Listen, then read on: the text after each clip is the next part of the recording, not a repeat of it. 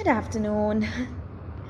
हमने last video में discuss किया था different aspects of development.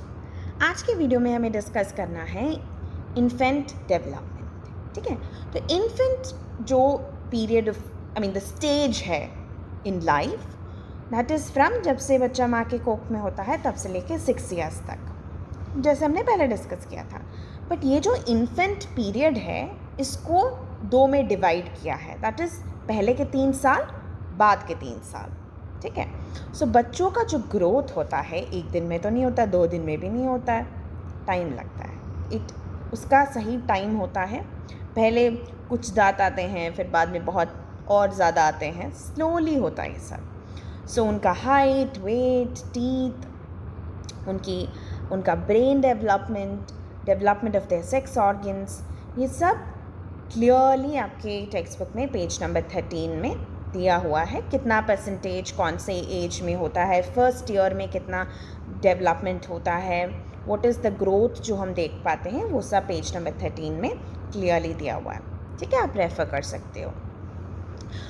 Any how, ये जो डेवलपमेंट हम बोल रहे हैं उसको अगर करेक्ट तरीके से होना है, कुछ एस्पेक्ट्स हैं जो हमें बहुत ज़्यादा ध्यान देने पड़ता है। तो फर्स्ट वन जो है वो है फूड। ठीक है, फूड बहुत ही इम्पॉर्टेंट होता है, और हम क्या फूड बच्चों को दे रहे हैं, क्या खाना इन्हें दे रहे हैं, वो बहुत ज़्यादा इन्फ्लुएंस करता है कि बच्चे का ग्रोथ किस तरीके से होता है। तो एक रिसर्च हुआ था बहुत पहले, जिसमें उन लोगों ने क्या किया कि एक सेट बच्चों को उनने नॉर्मल खाना दिया। ठीक है, जो हम लोग ऐसे ही नॉर्मली देते हैं, उसमें रेगुलरली दूध या फिर क्या कहते हैं, सारा कुछ एवरीडे एक सेट की तरह नहीं दिया जाता है, मतलब प्लान करके नहीं, मतलब जो उसमें उस दिन घर में बन रहा है सब कुछ उनको दे रहे हैं। ठीक है, और एक सेट को सिर्फ मिल्क डाइट दिया, पूरा मिल्क, उन्हें सिर्फ मिल्क ही दे रहे हैं, और दूसरे को, that is the third group, उसको मिल्क एंड बैलेंस डाइट दिया। ठीक है, सो इन दोनों को, तीनों ग्रुप्स को एक ही टाइम पीरियड में डिफरेंट टाइप का खाना दिया, और ये पता चला कि जो नॉर्मल खाना खा रहे थे उनका डेवलपमेंट भी हुआ है, लेकिन जिन लोगों ने कम्प्लीटली मिल्क डाइट लिया था, मिल्क डाइट बच्चों को दिया था, उनका 8% ज़्यादा डेवलपमेंट हुआ है।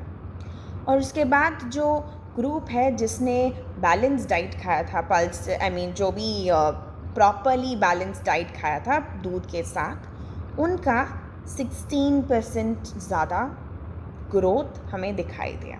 ठीक है, सो फूड हेल्दी होना चाहिए, it has to be fresh खाना होना चाहिए, और क्या कहते हैं, टाइम से बच्चों को खाना खिलाना चाहिए।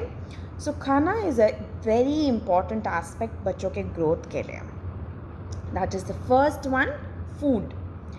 और इसी सेक्शन में एक्सप्लेन किया गया है कि टिन मिल्क भी यूज़ किया जा सकता है, इफ़ वो ज़्यादा मतलब जल्दी कंज्यूम कर लेना चाहिए, but preferably fresh milk he use करना चाहिए।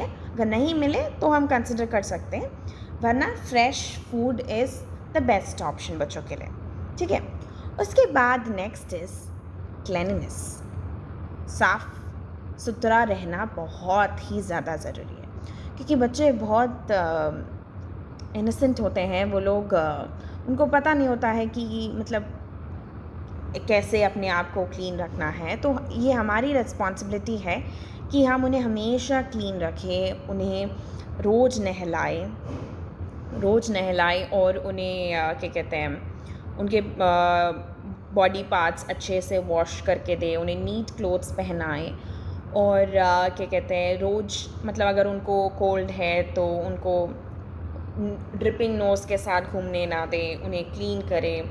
और क्या कहते हैं, अगर उन्हें वो लोग किसी चीज़ से खेल रहे हैं और हाथ में नाखून के अंदर अगर मिट्टी चला जाता है या फिर कुछ और सामान क्ले या कुछ चला जाता है, तो हमें देखना चाहिए कि वो हाथ अच्छी तरह वॉश करने के बाद ही खाना, अगर वो खुद खा रहे हैं तो हाथ एकदम वॉश किया होना चाहिए, और कोई मतलब पार्टिकल्स उनके आँख में या फिर नोज़ में जितना हो सकता है हमें ध्यान रखना चाहिए कि ये सब उन्हें इफ़ेक्ट ना करें, और एज़ मच एज़ पॉसिबल हमें उन्हें एकदम नीट जगह में जो जहाँ बच्चे रहते हैं वो एकदम साफ़ सुथरा होना चाहिए। हमें वो रूम और वो एरिया रोज़ साफ़ करना चाहिए, क्योंकि बहुत छोटे छोटे चीज़ों से भी बच्चों को एलर्जी हो सकता है।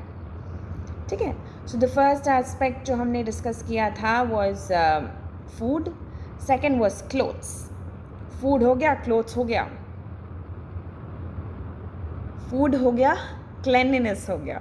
क्लेanलीनेस में हमने जस्ट डिस्कस किया था क्लोथ्स। सो अब क्लोथ्स को डिटेल में डिस्कस करते हैं। जो क्लोथ्स है, हमें बच्चों को मतलब सिंपल प्लेन कॉटन के क्लोथ्स पहनाने चाहिए, डिपेंडिंग ऑन द वेदर। अगर वेदर ठंडा है तो उन्हें अच्छे वुलन क्लोथ्स पहनाने चाहिए। अगर इट्स समर तो हमें उन्हें कॉटन मतलब बॉडी हगिंग ना ही पहनाएं तो अच्छा, क्योंकि क्या कहते हैं, बॉडी में supply of air is good, मतलब उनको कोई इरिटेशन कुछ ऐसा कुछ नहीं होगा। सो थोड़े loose clothes which is airy और कॉटन के क्लोथ्स, और जिसमें मतलब बहुत सीक्वेंस और ये रफनेस ना हो, सॉफ्ट मटेरियल हो, तो सबसे ज़्यादा कंफर्टेबल रहेगा बच्चों के लिए। और एक दिन में 1 या 2-3 बार तो एटलीस्ट वो लोग ड्रेस चेंज कर सकते हैं, क्योंकि वो लोग बच्चे बहुत खेलते हैं, कपड़े गंदे हो जाते हैं जल्दी। तो ये अच्छा है कि ये लोग उन्हें सुबह ही नहला के कपड़ा पहना के उसके बाद ड्यूरिंग द डे 1 या 2 बार आप चेंज कर सकते हो, क्योंकि वो बड़े लोगों की तरह उनके कपड़े को नीट नहीं रख पाते, क्योंकि वो लोग जब खाते हैं या फिर खेलते हैं तो कपड़े बहुत गंदे हो जाते हैं। तो ये हमें ध्यान रखना है कि इनके कपड़े एकदम क्लीन और एज मच एज़ पॉसिबल मतलब अच्छी तरह से सनलाइट में ड्राई होने चाहिए। घर के अंदर रखे ड्राई होंगे तो फिर फंगस वगैरह आने के चांसेस हैं। तो हमें बहुत ही ज़्यादा ध्यान रखना है कि इन्हें हम अच्छा हेल्दी फूड दें और क्लीन जगह पे रखें इन्हें, और ये लोग जहाँ खेल रहे हैं वो जगह एकदम क्लीन रखें, एकदम अच्छी तरह से धुले हुए कपड़े, धूप में सुखाए हुए कपड़े। ठीक है, और उसके बाद ये 3 तो हो गए फर्स्ट 3 एस्पेक्ट्स जो हमें ध्यान रखने हैं टू इंश्योर कि बच्चों का डेवलपमेंट सही तरीके से हो। द फोर्थ थिंग इज़, बच्चे बहुत छोटे होते हैं और उनका डेवलपमेंट हो ही रहा होता है, बोन्स का स्ट्रेंथ आ ही रहा होता है, दांत भी मतलब उनके मिल्क टीथ होते हैं, टाइम लगता है कि ताकि वो परमानेंट टीथ आए। तो हमें ध्यान रखना चाहिए कि मतलब जब बच्चे खाए तो उस टाइम पे हम उन्हें ज़्यादा हार्ड चीज़ें ना दें, और क्या बोलते हैं, खेलते टाइम भी हमें ध्यान रखना चाहिए, क्योंकि वो लोग उनसे जितना हो सकता है उससे ज़्यादा अगर स्ट्रेन करें तो उनके बॉडी पे इम्पैक्ट कर सकता है। इसलिए हमें ध्यान देना चाहिए कि वो ज़्यादा ओवर स्ट्रेन ना करें। जो उस एज में जितना वो कर सकते हैं, छोटी सी चीज़ें उठा सकते हैं, रख सकते हैं, अरेंज कर सकते हैं, वो सब उन्हें करने देना चाहिए। लेकिन उनसे जो नहीं हो सकता, जो उस एज के बच्चे, उस बॉडी वेट के बच्चे नहीं करने चाहिए, हमें ध्यान देना चाहिए कि ज़्यादा वो लोग एक्सेसिवली स्ट्रेन ना करें, क्योंकि वो उनके बॉडी के जो पार्ट्स भी हैं वो भी स्ट्रॉन्ग हो ही रहे हैं। जैसे उनका ग्रोथ हो रहा है वैसे ही उनके बॉडी पार्ट्स का भी स्लोली ग्रोथ हो ही रहा है। तो हमें बहुत ही ज़्यादा ध्यान देना चाहिए कि इनका जो डेवलपमेंट का जो ये इन्फेंट पीरियड है उसमें हम बहुत ज़्यादा ध्यान दें, क्योंकि इस पीरियड में जो होता है उसका लॉन्ग रन में बहुत बड़ा इम्पैक्ट उनके बॉडी में रह जाता है। ठीक है, सो ये 4 हैं एस्पेक्ट्स जो हमें ध्यान रखने हैं टू एंश्योर कि इन्फेंट पीरियड में उनका डेवलपमेंट अच्छी तरीके से हो। ये चीज़ें इन्फेंट तक ही नहीं, चाइल्डहुड अडल्टहुड सबके लिए एप्लीकेबल है। Good food, good clothes, good environment, हमारा घर साफ़ रखना चाहिए, समथिंग हम लोग बड़े होके भी हमें ध्यान रखना चाहिए, क्योंकि नहीं रखेंगे तो बहुत सारे डिजीज़ेज़ एंड एलर्जी वो सब आ सकता है। सो ये एस्पेक्ट्स सिर्फ इन्फेंट के लिए नहीं, इवन अडल्ट्स के लिए भी है ये।